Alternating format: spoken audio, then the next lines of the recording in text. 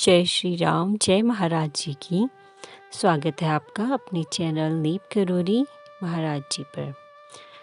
आशा करती हूँ बाबा महाराज जी की कृपा से आप सभी स्वस्थ होंगे। यदि आप चैनल पर नए हैं तो सब्सक्राइब कीजिए चैनल को और बेल बटन ज़रूर दबाएं, जिससे आपको सभी नई वीडियोस के नोटिफिकेशन मिलते रहें। आइए बाबा जी की लीलाओं के क्रम के में आगे बढ़ते हुए सुनते हैं आज की लीला। रामपुर में बाबा जी महाराज के एक भक्त रहते थे जो पुलिस विभाग में इंस्पेक्टर के पद पर थे।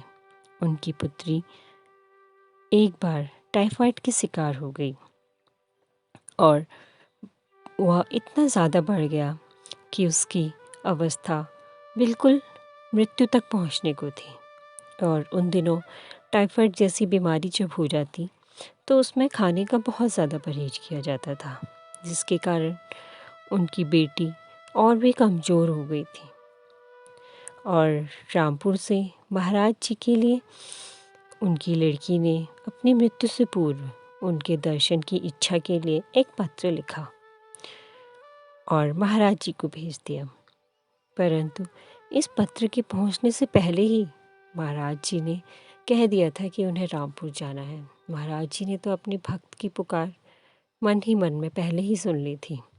रामपुर उस लड़की के घर पहुंच गए और उसके कमरे में पहुंचते ही बाबा जी बोले, अच्छा तुमने मेरी लड़की को भूखा मार दिया, मैं भी भूखा हूँ, मेरे लिए खाना बनाओ।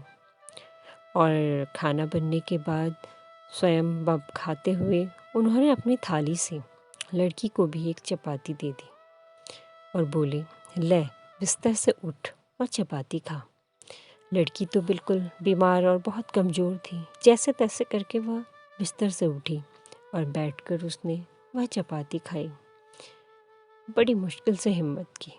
फिर महाराज जी ने उससे कहा, अब तू उठ, कुर्सी में बैठ, मैं थक गया हूँ, मैं बिस्तर पर लेटूँगा। पर लड़की इस अवस्था तक बीमार थी कि बिस्तर से उठी भी नहीं सकती थी।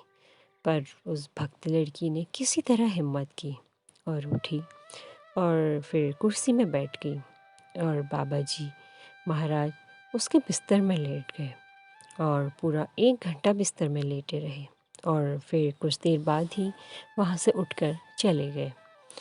और बाबा जी महाराज ने उसके बिस्तर पर लेटकर उसकी जो पूरी बीमारी थी टाइफाइड, वो पूरी समेट ली और कुछ ही दिनों में लड़की का पूर्ण रूप से उपचार हो गया और लड़की अच्छी तरह से स्वस्थ हो गई।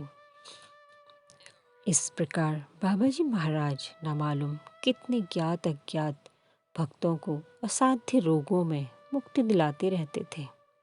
परंतु उनकी इन क्रियाओं में जो कुछ भी होता वह तो केवल महाराज जी की शक्ति से ही हो पाता था, बाकी केवल उनके लीला कौतुक होता। और उनकी महासमाधि के बाद अब भी यह क्रम चलता रहता है। यदि सच्चे मन से महाराज जी को पुकारा जाए तो वह अवश्य आपकी पुकार सुनेंगे। अपने किसी भी भक्त को बाबा जी कभी भी निराश नहीं करते।